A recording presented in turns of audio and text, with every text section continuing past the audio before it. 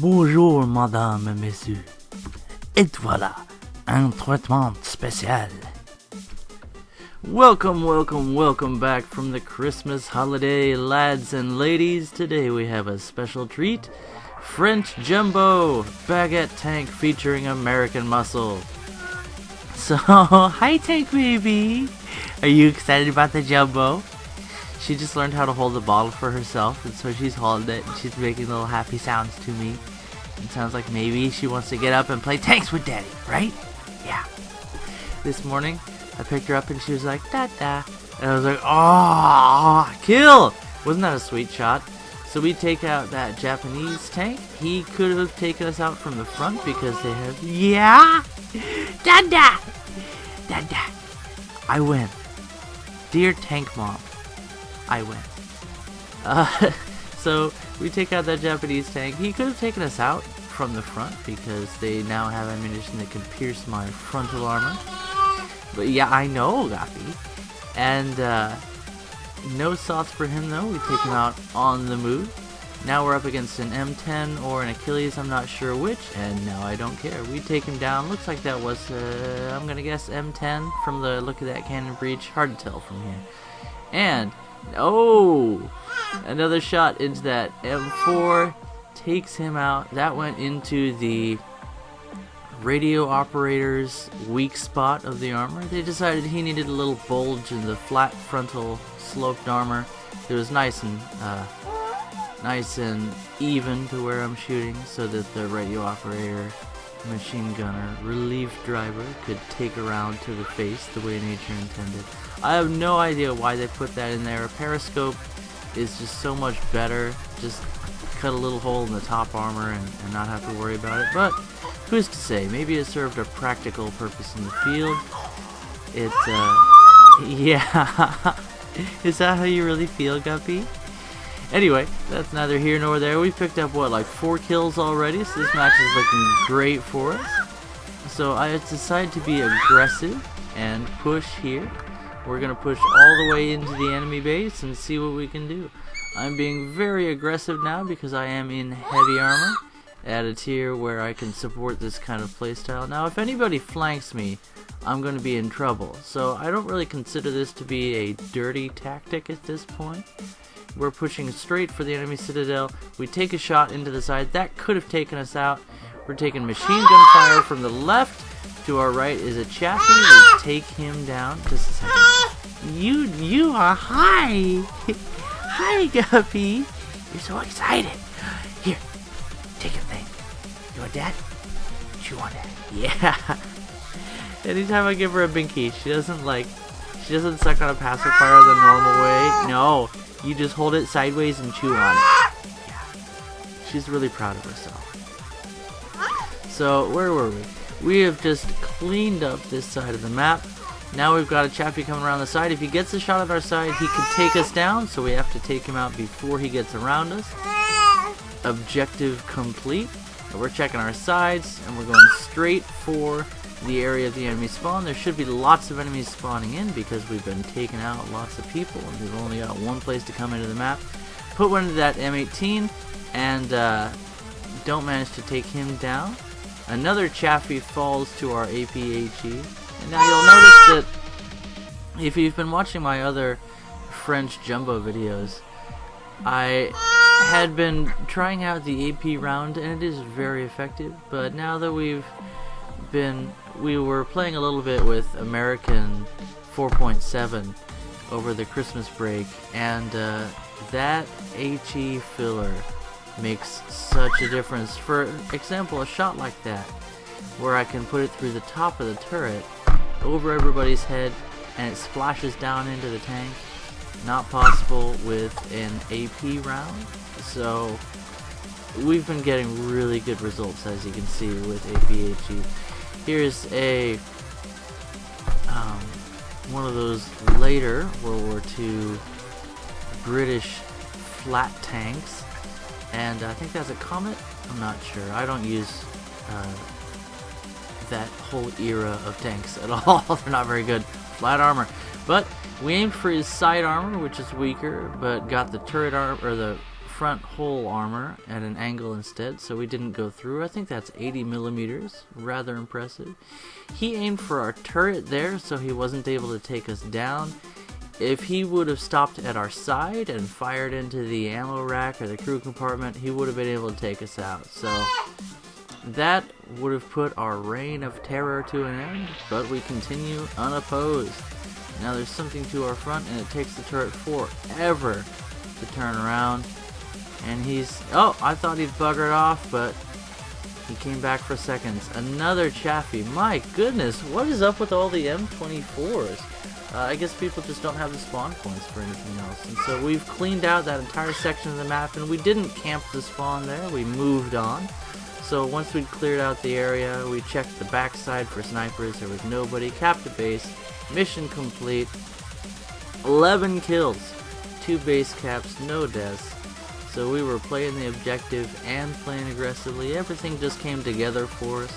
The great armor on the Sherman, the reasonable amount of survivability, and my goodness, look at those medals. So there's our daily task, the Christmas event, and a veritable plethora of medals to pin on the jackets of our knocked out crew members. And let's take it to another match. So I talked about not spawn camping in the last match. We went in there, we cleaned out the area, we moved on. And this is a different match. This is, well, obviously it's a different match, Toshio, but this is a different kind of engagement that we're going to encounter here. Now, I performed what I'd call a mid-flank. I was supporting the team efforts on that side, but I didn't encounter anyone up to this point. So we drive all the way to the enemy spawn, and here we have a spot where we can observe the enemy tanks as they spawn in. Now the match is about, maybe a third of the way over by this point, so tactically I could spend another 5 minutes driving around looking for enemy tanks and encountering nothing, or I could find them where they come from. Now, ordinarily I would not just sit at the enemy spawn point like this and observe them as they spawn in, but you know, I was bored and it was late and I just wanted to try something new and see how long it would take him to take me out. Like I said, I don't ordinarily camp the spawn, so I was actually kind of curious what happens. You know, what my bet in my head here, and I'd like to try new things just to see what it's like, right, as a learning experience. So if this is rather frustrating, I can relate to people that find this behavior unchivalrous and have it ruin the fun, but you'll notice that from the range that I'm engaging this Chaffee, it's a whole lot less dangerous than if I had closed to combat distance like I did in the last match. So this is giving him a little bit more of a chance. He's not availing himself of the opportunity to find cover, which was probably a mistake. He's counting on my aim being terrible, which it is at this point. So we pop the rangefinder, adjust our aim a bit, and let's see if we can plonk one into his tank. Firing over the house, no sauce. Very difficult to engage at long range with the short-barreled 75, but the gun is reasonably accurate after being upgraded. We managed to take him down. All it takes is one shot into that side armor. Now our aim's a bit off again. I've noticed that with the short 75 on the T-34 and the KV-1, you often can range your targets with the coaxial machine gun. So if you hit them with the machine gun, you can often just send around and it will land in the area of the enemy tank. But with the Sherman, because you have a whole mounted 50, it's hard to tell between the parallax and having two different sets of tracers flying toward the enemy. It's difficult to range using the MG, and it's not quite as ballistically similar as the Russian MG for their short 75 is. So, a bit different of a situation. And again, here we're performing our social experiment to see how long it takes the remaining enemy tanks to come to my location. I'm in a heavy, so I like to make the enemy team respond to me.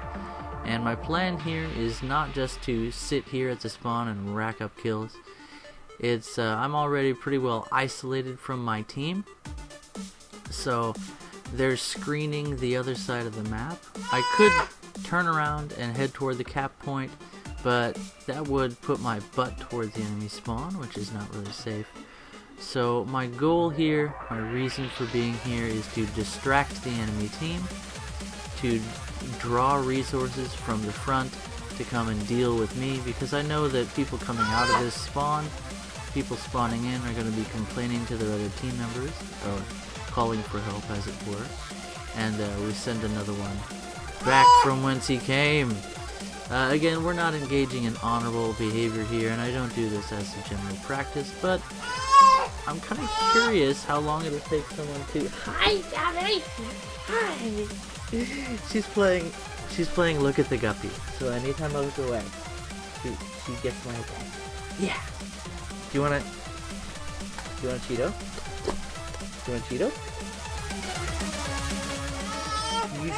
You don't want a Cheeto at all. Hold on a second, guys. Let me get the Guppy.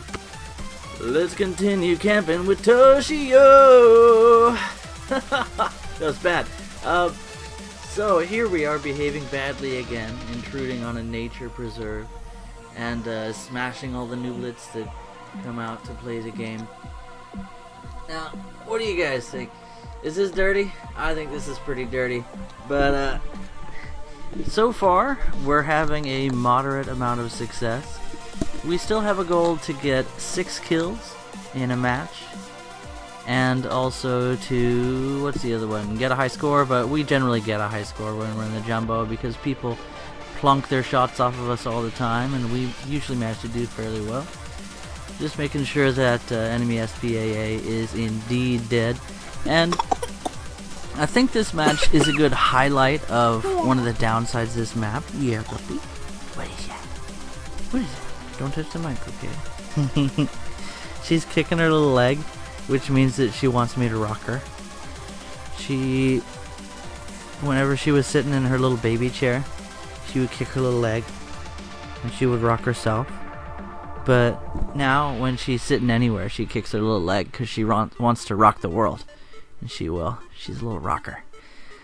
So, we're taking shots at this Sherman, is that? I can't tell very well from here. And we can tell that he hasn't... Oh, there we go. No more spawn protection. We bounced a shot off his front plate, so he's had lots of time to look at us. I'd say the odds are pretty even. But, and he's angled pretty well. He's bounced a few shots from us. He's put a few in our direction, but, you know, there's not much he can do. We put one directly into his ammo rack. APHE explodes inside the ammunition. Reds the rack and kills the radio operator, so huzzah. His tunes have been dealt with. Another kill. This time we put one in the ammo and it did explode. We were aiming for his angled side plate, 38 millimeters, but at that range, still not enough to stop our round. Hold on a second. I gotta find something for this baby to do. What do you want to do, Guppy? What do you want to do? You want to grab the mic? Oh my goodness, no! Don't eat them! Don't eat the audience! Ah, run away, guys! She's gonna eat you! Ah! Having retrieved his audience from the stomach of his baby girl, Toshio continues narration. Et voila! So we're finally being engaged from our flank, but we're ignoring that. We're gonna let him get the kill if he wants it. We do have allies backing us up back there, so they're taking pot shots at the people that are trying to snipe me as I engage their spawn. And again, this is me behaving badly, but this is for science. Let's see. Oh, that is exactly how long it takes to knock out a spawn camper. No wonder they're so frustrating. Now, personally, what I do in a situation like that is I spawn into something that has a great gun, and while I have spawn protection, I just plonk one through their frontal plate. But that's not something that happened in this match. I was really expecting that, but we had to get engaged from the side by some good teammate who came back to support his team, and that's what we were going for. We wanted to make the enemy fight on multiple fronts to distract them with our body while we ravaged them with our short stub gun of a 75. And now we're in one of my favorite aircraft in the entire game. This will come as no surprise to veterans to the channel. The P-63 is a it is the P-63, right? This is a fantastic aircraft, and with the ability to carry 3 500-pound bombs that get dropped in 2 volleys, it does have the ability to take out ground targets, and we drop our bombs. Watch the replay.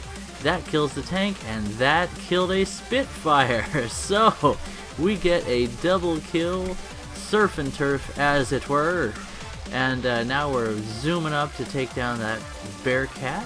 We managed to get a few shots into his wing, but we didn't get that center of mass that we were hoping for. Loop around and try and dive down on him. Again, more hits but no sauce. A little bit of spark thunder there. And the baby! She rises from her meal of viewer to re-engage with the meeps. Hi girl. She's looking at me through the bars. You're cutie. Ah! Well, I was distracted. Shimata! We get taken down. Yeah. Yeah. It's because there were just too many of them. Yeah. Yeah, you're so cute. I just put her in a little like a onesie sweatsuit thingy. It has a little bulldog on the front. It's pretty adorable. And she's super stubborn. So a bulldog is appropriate. Now where were we? M4 FL10, fantastic vehicle. We got engaged from the rear by an AA. Turn around, take him down. Well, that about does it for the match and for this episode. So it's been nice hanging out with you guys after Christmas. Just a chill, relaxing gameplay. Watching one of my favorite tanks in the game perform adequately. Maybe behaving a little bit badly, but sometimes it's fun to try what everybody else is doing. Bye-bye.